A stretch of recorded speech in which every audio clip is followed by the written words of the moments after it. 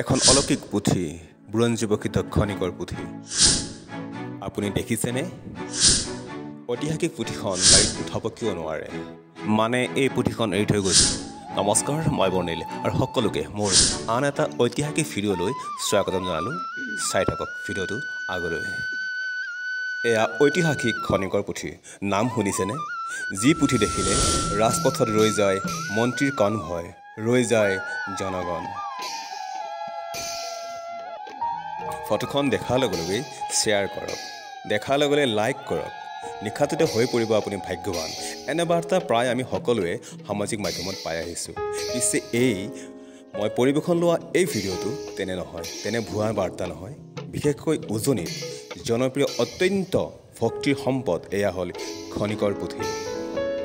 আজি এয়া সেই বিখ্যাত খনিকৰ পুথি গোলাঘাট জিলাৰ চিনাতলিৰ অকা গাঁৱৰ দৃশ্য চাওক কিমান এক সুন্দৰ এক আধ্যাত্মিক পৰিৱেশ ৰাইজৰ অগাধ বিশ্বাস এই পুথিখনৰ ওপৰত ৰাইজে বিশ্বাস কৰে এই পুথিখনৰ সন্মুখত শিৰনত কৰিলে অপায় অমংগল দূৰ হয় আৰু বহুতেই এই কথা প্ৰকাশো কৰিছে এই আধ্যাত্মিক খনিকৰ পুথি ঘৰে ঘৰে নি সমগ্ৰ নিশা নাম কীৰ্তন কৰা হয় কোনোৱে সমগ্ৰ নিশাটোৰ বাবে নিব নোৱাৰিলে খন্তেক সময়ৰ বাবে হ'লেও এই খনিকৰ পুথিখন নি সেৱা আগবঢ়ায়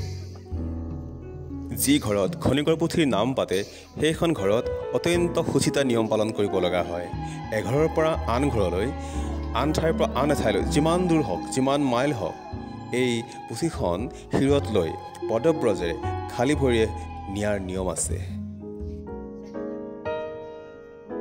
উজনি অসমৰ বিভিন্ন ঠাইত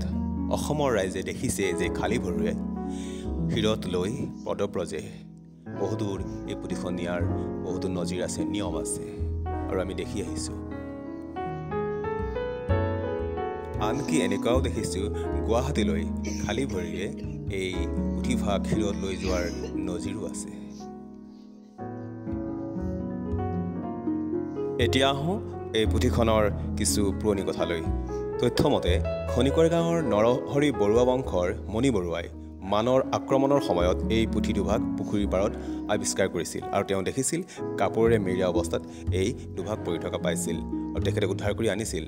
আৰু এনেকুৱাও তথ্যমতে পোৱা গৈছে যে মানে সেইখিনি সময়ত তেখেতৰ হাতত মণি বৰুৱাৰ হাতত এই পুথি দুভাগ আগবঢ়াই দিছিল